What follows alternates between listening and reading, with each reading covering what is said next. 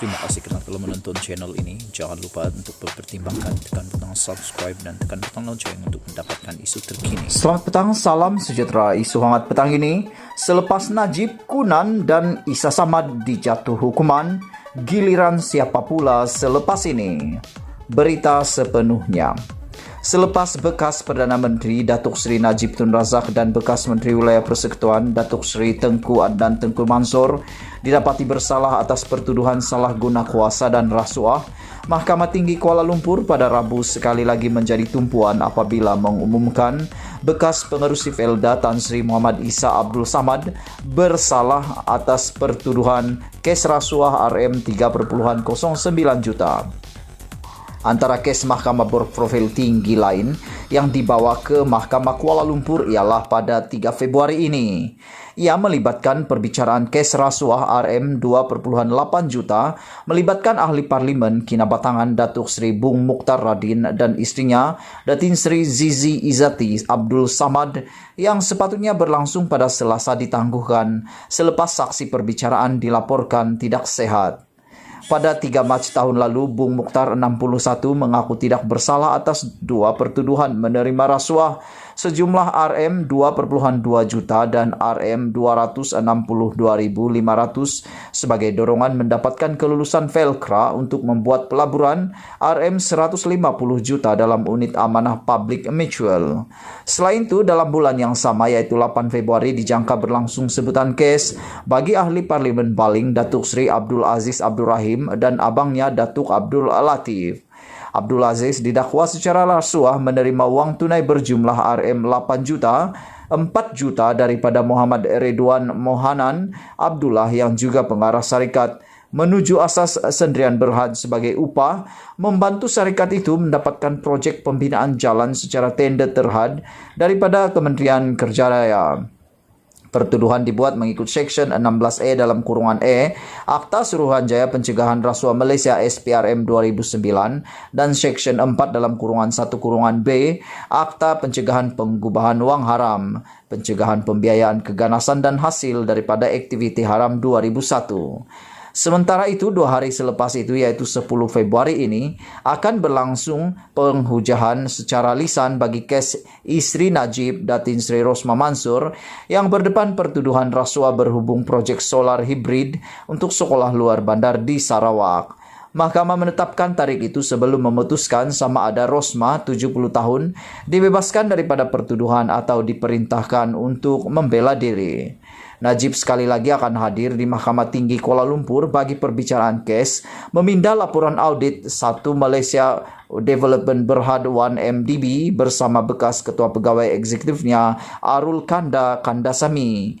Setakat ini, antara saksi pendakwaan dipanggil memberi keterangan ialah bekas Ketua Audit Negara Tan Sri Amrin Buang dan bekas Ketua Setiausaha Negara Tan Sri Dr. Ali Hamzah.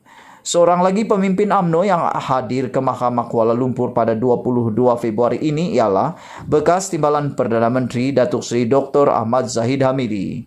Ahmad Zahid 68 yang juga Presiden UMNO berdepan 47 pertuduhan dengan 12 daripadanya membabitkan pecah amanah, 8 rasuah dan 27 pengubahan wang haram melibatkan puluhan juta ringgit dana milik Yayasan Akal Budi.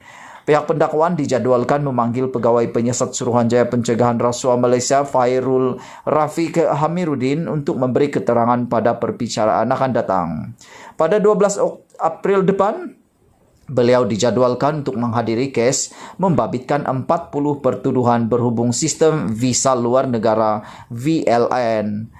Tarikh perbicaraan bagi kes ini ditetapkan pada April 2021 yaitu 12 hingga 15, 19, 20 hingga 22 dan 26 hingga 28. Beliau mengaku tidak bersalah terhadap 33 pertuduhan menerima suapan berjumlah SGD 13.56 juta daripada Syarikat Ultra Kirana Sendirian Berhad sebagai dorongan untuk dirinya sebagai seorang pegawai badan awam iaitu Menteri Dalam Negeri di Kementerian Dalam Negeri KDN melanjutkan kontrak syarikat itu sebagai pengendali perkhidmatan One Stop Center OSC di negara China dan sistem VLN serta didakwa mengekalkan kontrak perjanjian untuk membekalkan sistem bersatu VLN kepada syarikat sama oleh KDN. Terbaru, kes membabitkan pemimpin DAP yaitu bekas Ketua Menteri Pulau Pinang Lim Guan Eng yang berdepan 4 pertuduhan membabitkan pembinaan terowong dasar laut dan projek pembinaan jalan utama di negeri itu. Mahkamah Seksyen Kuala Lumpur menetapkan 31 hari bermula Jun depan bagi perbicaraan kes rasuah bekas Menteri Keuangan itu. Terdapat satu kes dengan 2 pertuduhan di bawah Seksyen 407 Kanun Keseksaan yang dihadapi tertuduh di Mahkamah Seksyen Butterworth Pulau Pinang. Pada 11 Ogos lalu, ahli Parlimen Bagan itu dan istrinya Betty Chiu Gek Cheng serta ahli perniagaan Pang Li Kun dihadapkan ke Mahkamah Seksyen Butterworth atas pertuduhan rasuah dan pengubahan wang haram.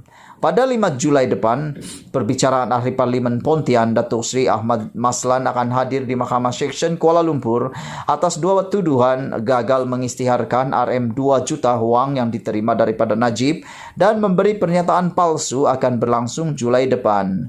Bekas Timbalan Menteri Keuangan itu dituduh melakukan perbuatan berkenaan dengan tidak mengisytiharkan pendapatan yang telah diterima daripada Najib berjumlah RM 2 juta melalui sekeping cek Islamic Bank Berhad bertarikh 27 November 2000 yang di mana cek itu telah 2013 yang mana cek itu telah ditunaikan sendiri oleh tertuduh pada hari sama.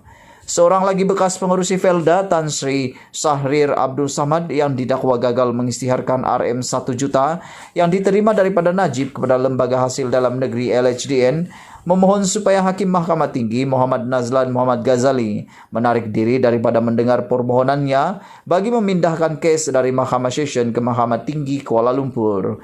Berdasarkan afidavit yang difailkan pada 7 Desember tahun lalu, Sahrir memohon kepada mahkamah untuk suatu perintah agar Muhammad Nazlan menarik diri daripada mendengar kes itu dan kes tersebut dipindahkan ke Mahkamah Tinggi yang lain kerana terdapat real possibility danger of bias. Mahkamah menetapkan 8 Februari untuk mendengar permohonan berkenan. Sumber dari Info Rakyat. Sekian isu hangat petang ini. Jangan lupa tekan butang subscribe dan kita jumpa lagi. Bye-bye.